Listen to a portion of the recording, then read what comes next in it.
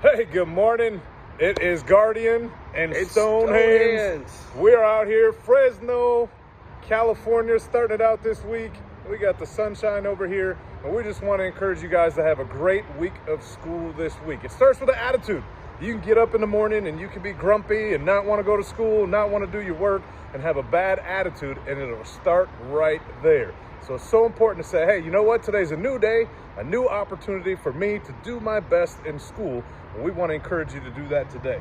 Also, make sure you respect yourself, respect your teachers, and respect the students around you, because that's what makes the world a better place. Being good and respectful to everyone around you. Bullying stops with you. That's right. And so again, be a hero. We got the shirts for representing the day, starting across California. Make it a great day, making positive choices, treating each other with respect. I'm Guardian, this is Stonehands, and we're here for Omegaman Friends. Have a great one.